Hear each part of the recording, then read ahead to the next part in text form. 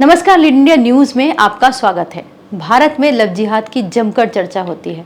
यहाँ तक कि दंगे हो जाते हैं, लड़के लड़कियों की कुटाई होती है और कहीं लव जिहाद के परिणाम के स्वरूप लड़कियों को काटकर फ्रिज में भर दिया जाता है।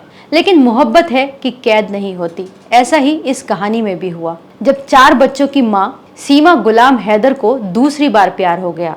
और ये कोई गुनाह नहीं, अगर प्यार हो गया तो ठीक है, लेकिन गुनाह ये हुआ कि वो अवैध तरीके से भारत में आई और अपने पति को धोखा भी दिया। उस पति को धोखा दिया जिससे 2014 में अपनी पूरी बिरादरी से दुश्मनी मोल लेकर उसने कोर्ट मैरिज की थी। सीमा हैदर खैरपुर की रहने वाली थी। पाकिस्तान की ये महिला इसी क्षेत्र में रहती थी। इसकी मोहब्बत की कहानी भी बहुत इंटरेस्टिंग है। सीमा हैदर ने 2014 में गुलाम हैदर से कोर्ट मैरिज की थी। एक बार गुलाम हैदर का गलती से कॉल सीमा हैदर के फोन पर आया और इसी मिस्ड कॉल के बाद उन दोनों में बात होने लगी। बात होते होते प्यार भी हो गया और प्यार के बाद दोनों ने पाकिस्तानी समाज से दुश्मनी मोल लेते हुए शादी भी कर ली। उसके बाद वो कराची आकर बस गए।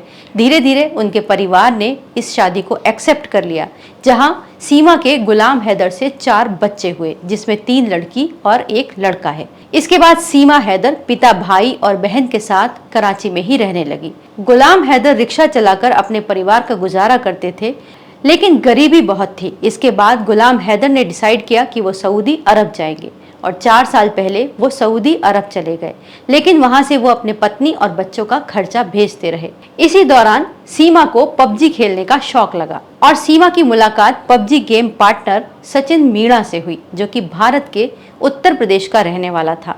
धीरे धीरे इन दोनों का प्यार इतना परवान चढ़ा कि सीमा हैदर ने अपने पाकिस्तान का मकान बेचा और अपनी जमीन बेचकर भारत चली आई। अब एक विदेशी नागरिक भारत में किस तरह घुसा और पुलिस को पता भी नहीं चला, ये भी एक जांच का विषय है।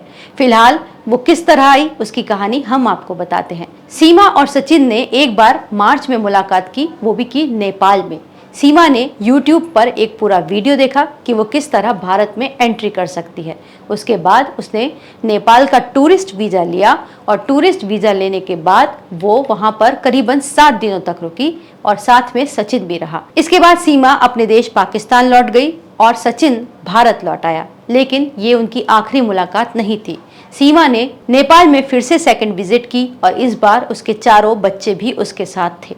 यहीं से उन्होंने पोखरा से काठमांडू से दिल्ली जाने वाली बस पकड़ी और उसके बाद वो भारत में आकर बस गई। इसके बाद करीबन ये ग्रेटर नोएडा के एक गांव रबुपुरा में किराए पर रहने लगे। इनका रहन सहन इतना सामान्य सा था, एक हिंदू परिवार की तरह, कि किसी को भी शक नहीं हुआ। एक प्लस पॉइंट ये भी था कि सचिन का परिवार इनसे मिलने आता जाता रहता था। सीमा पूरी तरह हिंदू रीति रिवाज का पालन करती थी, साड़ी पहनती थी और माथे पर बिंदी भी लगाती थी। इसीलिए वहां रहने वाले पड़ोसियों को जरा भी शक नहीं हुआ। लेकिन एक दिन सीमा और सचिन को खबर लगी कि पुलिस उन्हें ढूंढ रही है। इसके बाद उन्होंने यहाँ से किराए का कमरा खाली किया और हरियाणा की ओर निकल गए। लेकिन 4 जुलाई को पुलिस ने दोनों को गिरफ्तार कर लिया और इनके खिलाफ विदेशी अधिनियम की धारा 14(120)B और पासपोर्ट अधिनियम 1920 के तहत मामला दर्ज किया। फिलहाल पुलिस और भारतीय सुरक्षा एजेंसियां आगे की जांच कर रही हैं कि किस तरह एक साधारण सी महिला ने जांच एजेंसियों को धोखा दिया और भारत में आकर बस गए। सोचिए, अगर ये महिला प्रेम में कैद न होती और पाकिस्तान की जासूस होती, तब क्या क्या हो सकता था। इस वीडियो को लाइक करें, हमारे चैनल को सब्सक्राइब करें। हमारे वीडियो सबसे पहले देखने के लिए बेल आइकन प्रेस करना ना भूलें।